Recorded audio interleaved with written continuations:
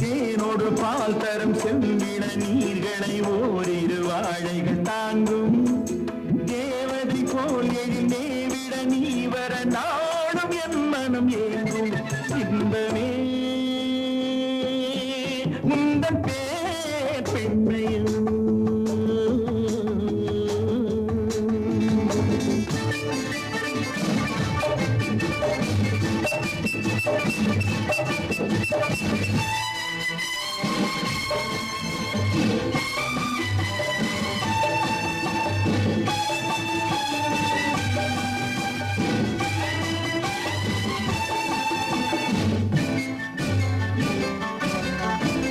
பஞ்சனை வேண்டுமோ